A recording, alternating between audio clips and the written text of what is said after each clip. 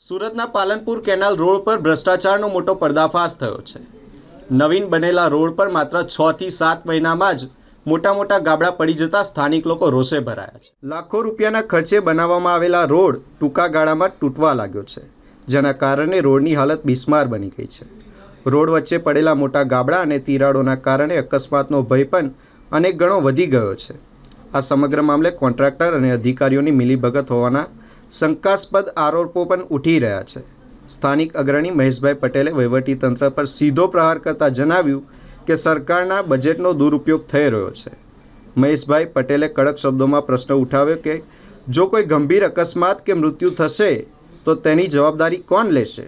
સ્થાનિકોના જણાવ્યા મુજબ નબળી કામગીરીના કારણે આરસીસી રોડ એક તરફ નમી ગયો છે, તેમજ રોડ પર વાહનના ટાયર ફસાઈ જવાથી ગંભીર અકસ્માત થવાની પૂરેપૂરી શક્યતા છે। આવી દયનીય સ્થિતિમાં હજુ સુધી કોઈ રિપેરિંગ કે તકેદારી કાર્યવાહી હાથ ધરવામાં આવી નથી તેવા સવાલો પણ ઉઠી રહ્યો છે।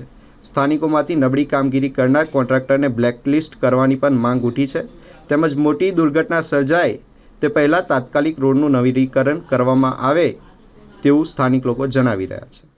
અત્યારે આપણે પાલનપુર કેનાલ રોડ પર ઊભા છે અને આરસીસી રોડ તૂટી ગયો છે। એટલે તૂટી ગયો, બેસી ગયો, દબાઈ ગયો, મોટી ગેપો પડી ગઈ, તિરાડો મોટી પડી ગઈ છે। અધિકારી અને કોન્ટ્રાક્ટર બેની મિલીભગત એટલે બેના વચ્ચે પૈસાની ભાગ બતાવી ભ્રષ્ટાચાર, એના કારણે તૂટી રહ્યો છે। આ ભ્રષ્ટાચારના કારણે ઘણું બધું નુકસાન થઈ રહ્યું છે। એમાં સરકાર અમારી બદનામ થઈ રહી છે।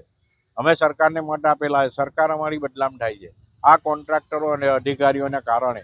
કારણ કે આ રોડ જે છે ને રોડ આ 30 વર્ષથી સુધી ચાલે એવા આરસીસી રોડ બનાવવાની વાત છે, તો 30 વર્ષથી વાત જ બાજુ હોય, 7-8 મહિનામાં તૂટી જાય તો હું માનવાનું?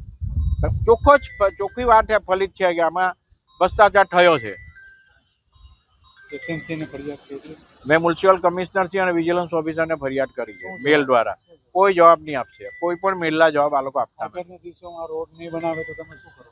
તો હું મુખ્યમંત્રીશ્રીને ઉપર રજૂઆત કરીશ અને નહીં માનશે તો ગામના લોકો સાથે ભેગા મળીને આંદોલનની યોજના કરીશ।